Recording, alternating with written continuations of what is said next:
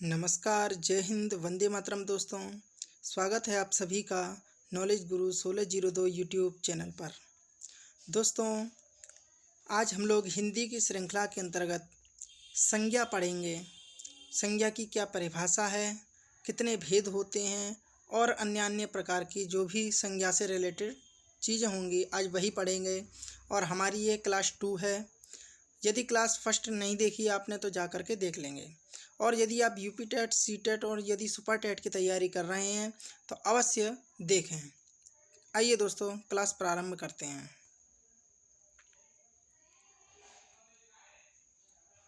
संज्ञा। संज्ञा की परिभाषा दी है दोस्तों। संज्ञा का शाब्दिक अर्थ नाम होता है जो सम प्लस ज्ञान दो शब्दों से मिलकर बना है। दोस्तों, सम उपसर्ग, सम यहाँ पर जो दिया है वह उपसर्ग है और ज्ञान एक शब्द है। ठीक है दोस्तों, तो सम प्लस ज्ञान बना करके संज्ञा। ठीक है दोस्तों, संज्ञा शब्द की निष्पत्ति होती है। संज्ञा का अर्थ होता है सम्यक प्रकार से ज्ञान, अच्छी तरह से ज्ञान करना ही संज्ञा कहलाता है। अब यहाँ पर संज्ञा की व्युत्पत्ति की इन्होंने, उसके बाद संज्ञा की परिभाषा बता रहे हैं कि किसी वस्तु, व्यक्ति, स्थान, घटना या पदार्थ के नाम को संज्ञा कहते हैं। ठीक है दोस्तों, यह तो आप सभी जानते ही हैं। अब संज्ञा के मूलतः भेद पूछे जाते हैं हमारे एग्जाम में। संज्ञा के मूल रूप से 3 भेद होते हैं। पहला व्यक्तिवाचक संज्ञा, दूसरा जातिवाचक संज्ञा और तीसरा भाववाचक संज्ञा। दोस्तों, यदि आपसे प्रश्न पूछा जाता है कि मूल रूप से संज्ञा के कितने भेद होते हैं, मूल लगा हो या मुख्य लिखा हो, तो संज्ञा के मूल रूप से 3 भेद होते हैं।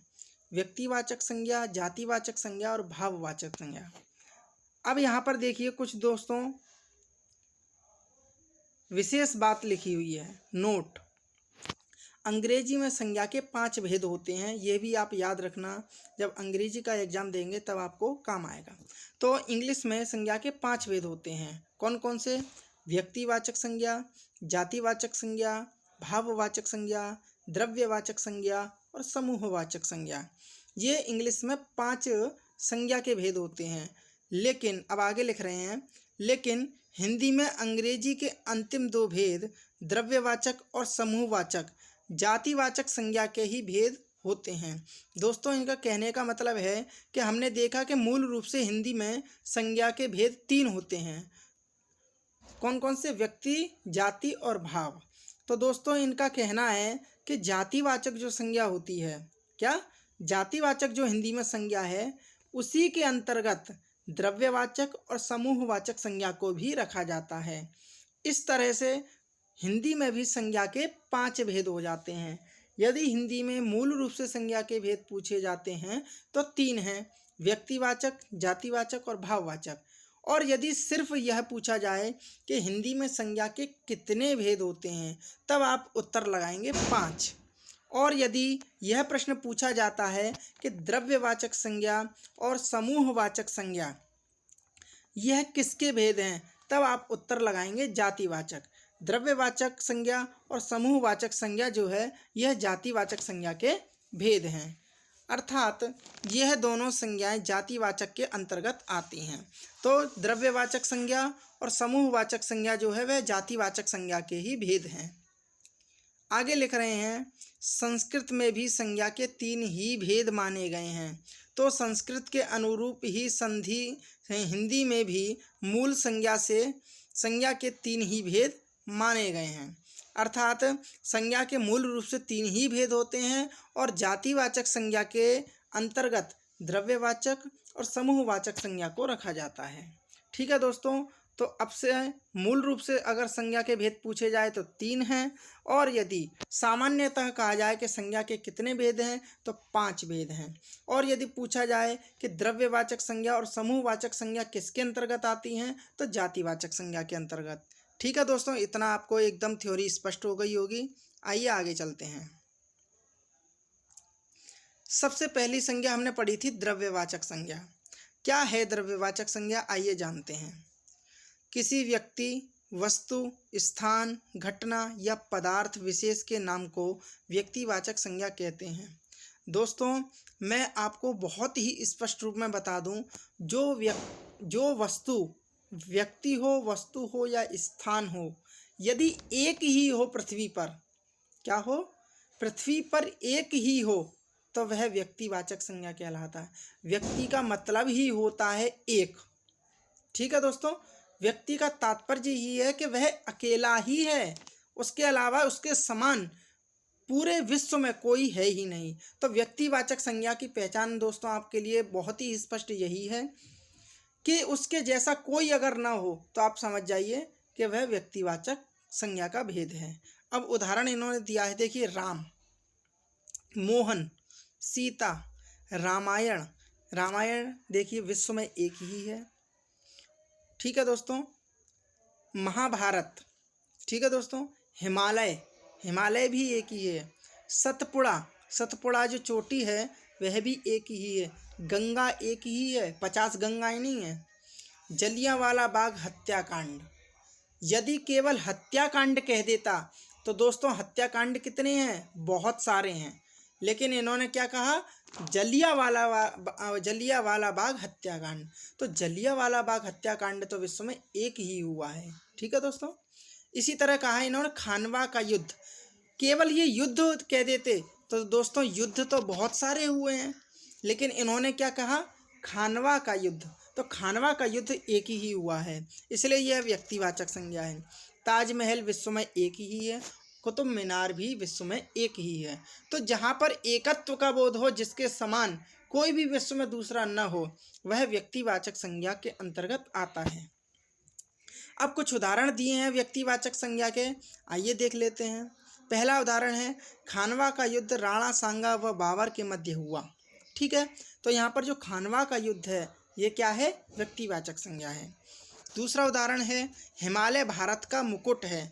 हिमालय क्या है, यहाँ पर दोस्तों इनको अंडरलाइन करना चाहिए था, यहाँ पर मिस्टेक है। तो हिमालय क्या है, यहाँ पर यह पूछा जाता है प्रश्न में। तो हिमालय क्या है दोस्तों, व्यक्तिवाचक संज्ञा है। अब है, गंगा हिमालय से निकलती है।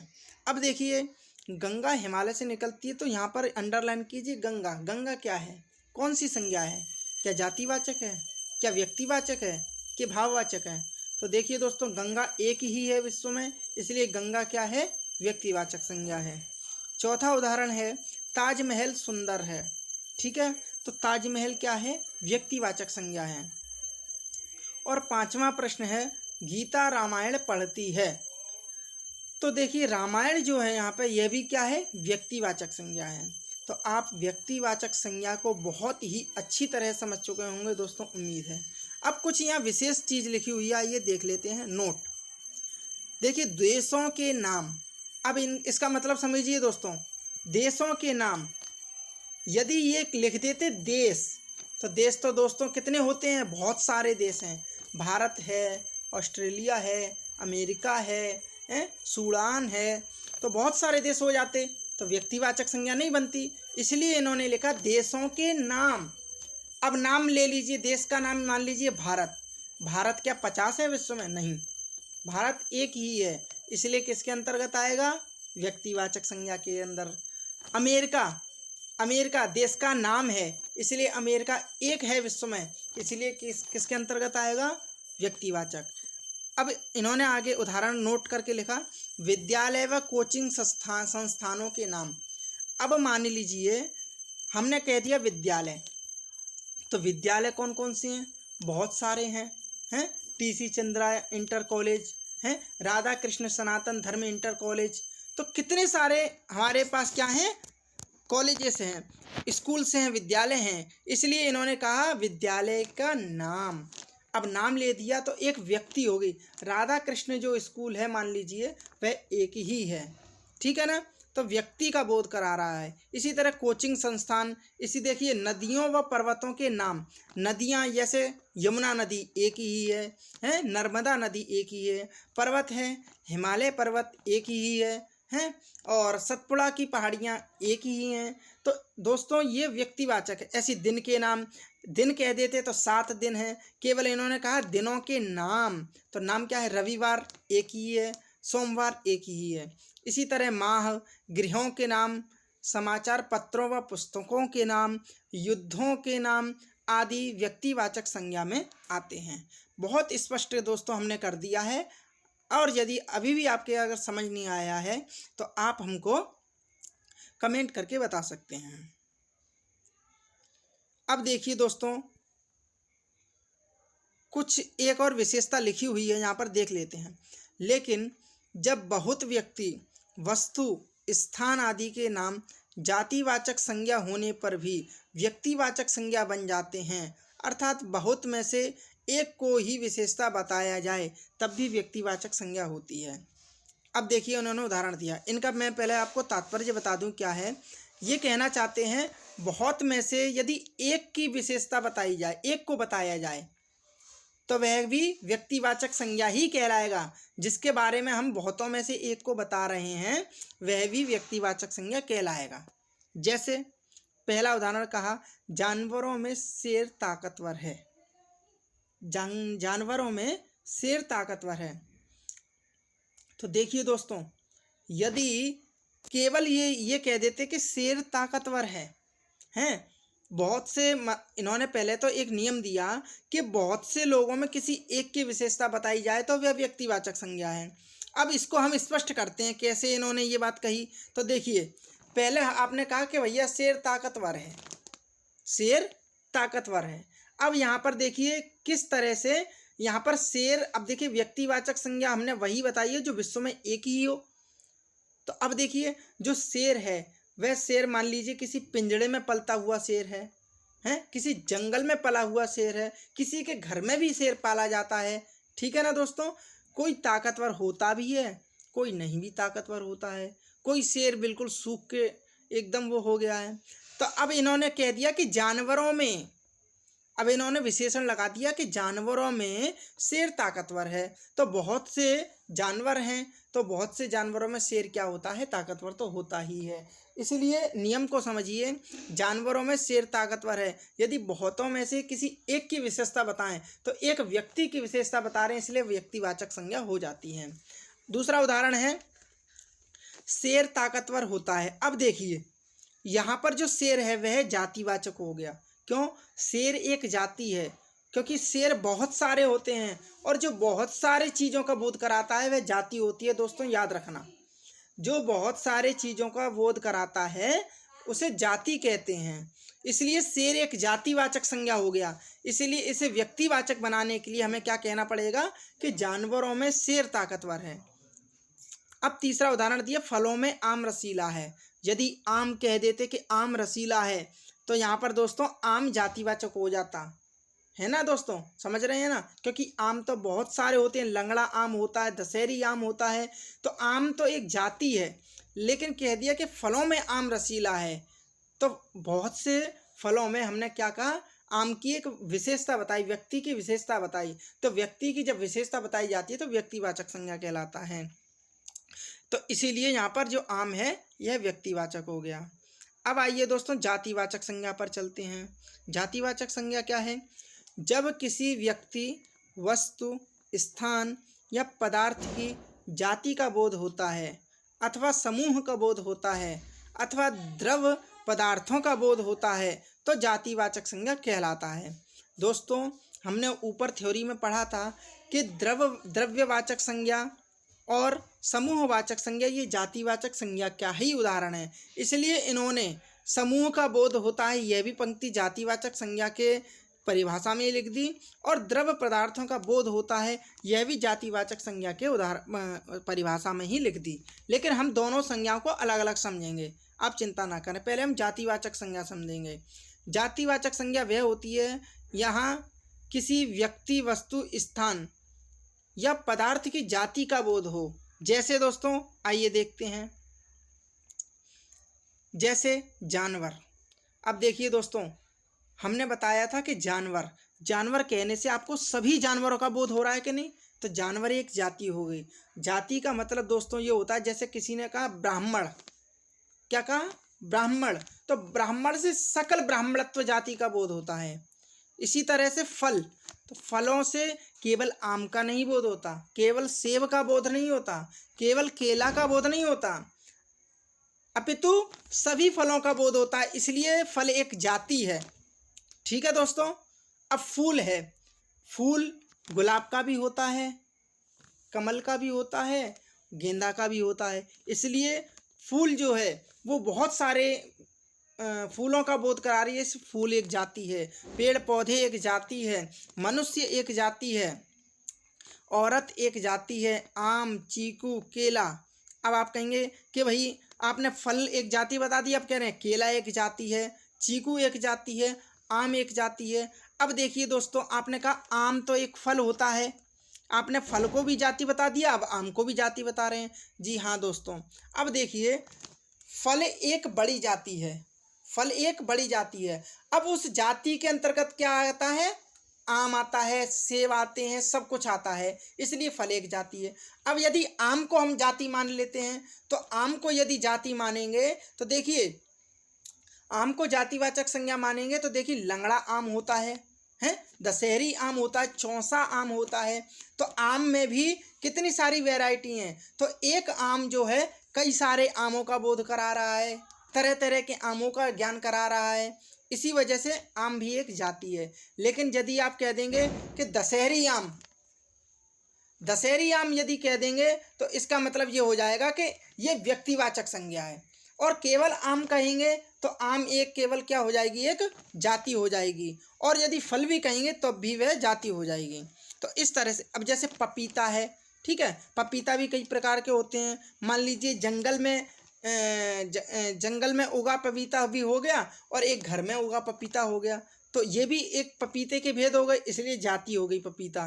पुस्तक है, पुस्तक क्या है? एनसीईआरटी की पुस्तक है, या एससीईआरटी की पुस्तक है, या फिर विपिन चंद्रा की पुस्तक है। तो पुस्तक में भी कितने सारे भेद हैं, इसलिए जिसमें भेद निकलते जाएं। यदि आपने कह दी जैसे ही विपिन चंद्रा की पुस्तक, तो दोस्तों ये व्यक्तिवाचक संज्ञा होगी। विपिन चंद्रा की पुस्तक 1 लाख नहीं है, विपिन चंद्रा की पुस्तक जो है वह एक ही है। ठीक है ना दोस्तों। इसी तरह शेर एक जाति है, चीता इत्यादि ये जातियां हैं। अब उदाहरण समझिए, सर्दियों में गर्म दूध पीना चाहिए, सर्दियों में गर्म दूध पीना चाहिए। ठीक है दोस्तों, तो दूध एक जाति है, ठीक है ना।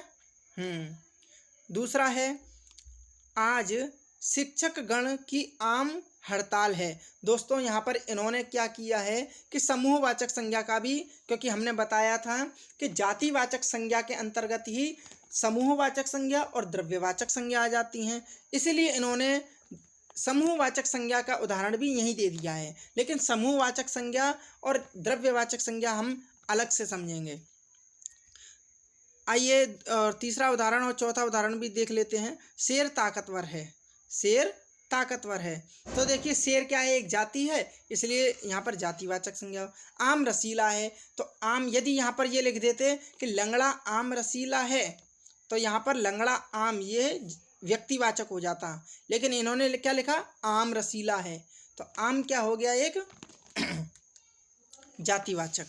अब इन्होंने कुछ विशेषता बताई है। नोट, जब एक वचन गुणवाचक शब्द बहुवचन के रूप में प्रयुक्त किए जाते हैं, तब एक वचन गुणवाचक शब्द भी जातिवाचक बन जाते हैं।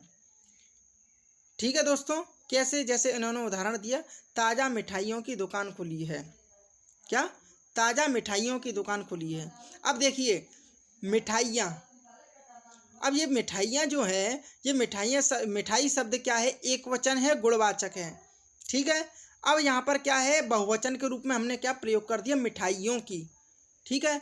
तो अब यहाँ पर जब मिठाई शब्द को, गुणवाचक शब्द को, एक वचन गुणवाचक शब्द मिठाई है, मिठाई एक गुण है कि नहीं? जैसे मीठा आम है, तो मिठाई क्या हो गया? एक गुण हो गया। भलाई क्या हो गया? एक गुण हो गया। अच्छाई क्या हो गया? एक गुण हो गया। इसी तरह मिठाई भी एक गुण है। तो मिठाई एक वचन है, एक चीज़ है, और उसको हमने क्या किया? बहुवचन में परिवर्तित कर दिया, मिठाइयों। तो गुणवाचक जब बहुवचन में प्रयुक्त होगा तो वह क्या बन जाएगा? एक जाति बन जाएगा, जातिवाचक संज्ञा बन जाएगा। तो देखिए एक मिठाई थी जो कि गुणवाचक था, अब हमने इसको बहुवचन में प्रयुक्त किया, तुरंत यह जातिवाचक बन गया। इसलिए ताज़ा मिठाइयों की दुकान खुली है, यहाँ पे जो मिठाई है यह व्यक्तिवाचक ना होकर के क्या हो जाएगा? जातिवाचक।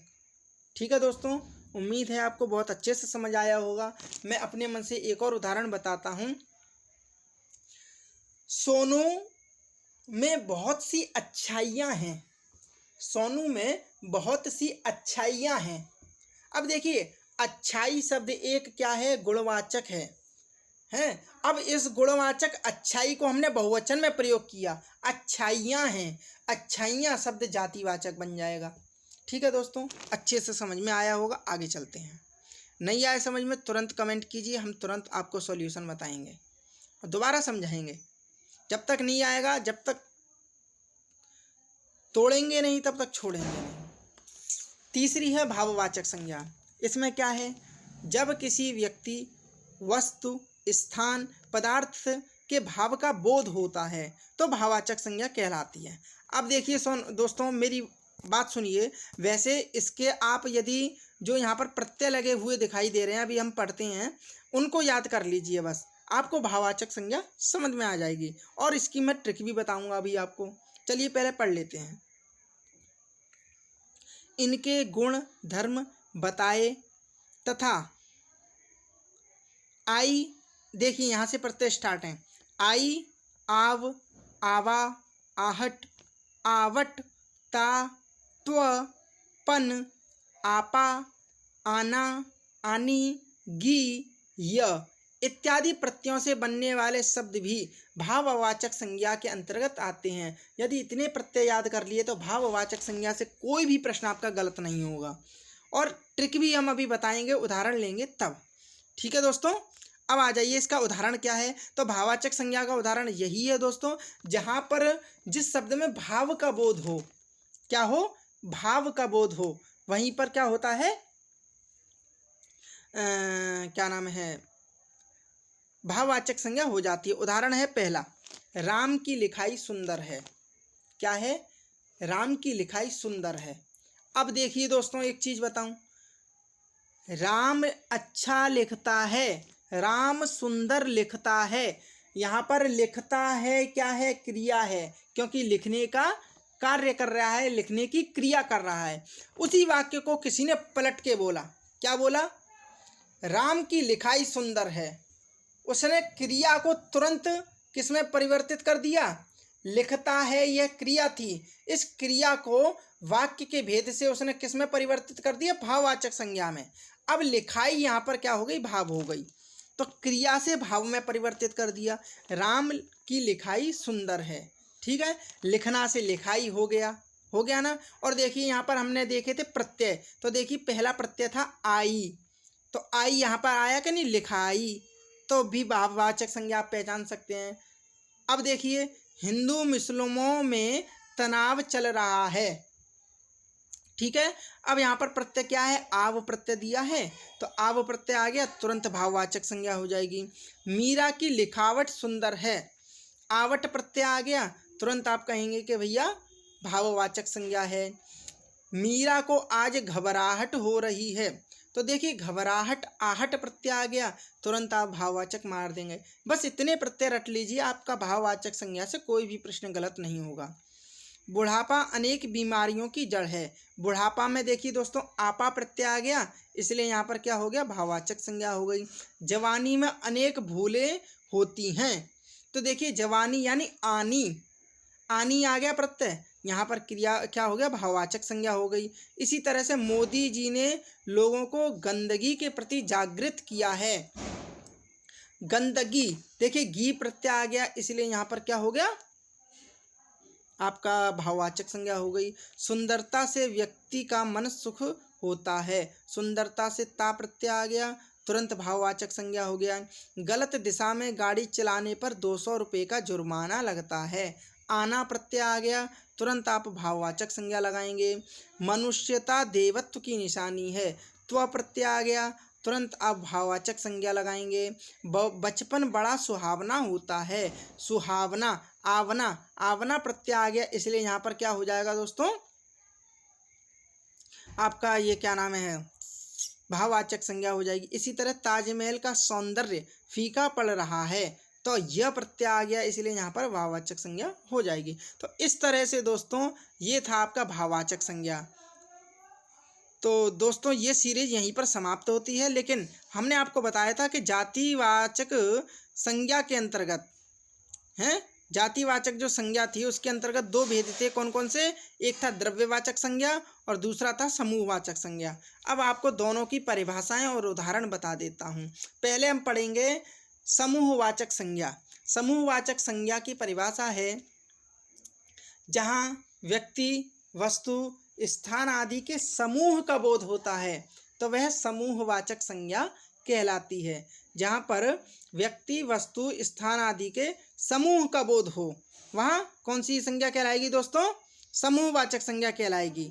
अब मान लीजिए जैसे है, आज शिक्षक गण आम की हड़ताल पर हैं।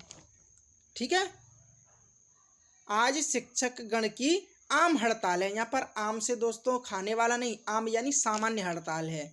तो आज शिक्षक गण की सामान्य हड़ताल है। यहाँ पर आपसे पॉइंट करके पूछा कि शिक्षक गण क्या है, कौन सी संज्ञा है? तो शिक्षक गण, गण शब्द दोस्तों हमेशा समूह का बोध कराता है। ठीक है, तो शिक्षक गण, शिक्षकों का समूह, तो समूह का जहाँ बोध होगा तुरंत आप समूहवाचक संज्ञा मारेंगे। ठीक है, इसी तरह मनुष्यों के समूह ने कुत्ते को मार डाला। तो मनुष्यों के समूह ने, तो मनुष्यों का जो समूह है यह भी क्या हो गया? एक समूहवाचक संज्ञा। तो समूहवाचक संज्ञा का आपको लोग उदाहरण समझ गए होंगे और हम लोग प्रश्नोत्तरी लेकर के आएंगे इसकी नेक्स्ट वीडियो में, तो आपको अच्छे से बिल्कुल क्लियर हो जाएगा। दूसरा है द्रव्य पदार्थों का बोध होता है, वह द्रव्यवाचक संज्ञा कहलाती है। द्रव्य पदार्थ कैसे दोस्तों? जैसे पानी है, तेल है, रिफाइंड है, लिक्विड की फॉर्म में जो भी हैं सभी द्रव्यवाचक संज्ञा के अंतर्गत आते हैं। तो देखिए द्रव्यवाचक संज्ञा के अंतर्गत जो भी आएंगे वह सभी क्या कहलाएंगे? जैसे तेल फैल गया है, यहाँ पर तेल क्या है?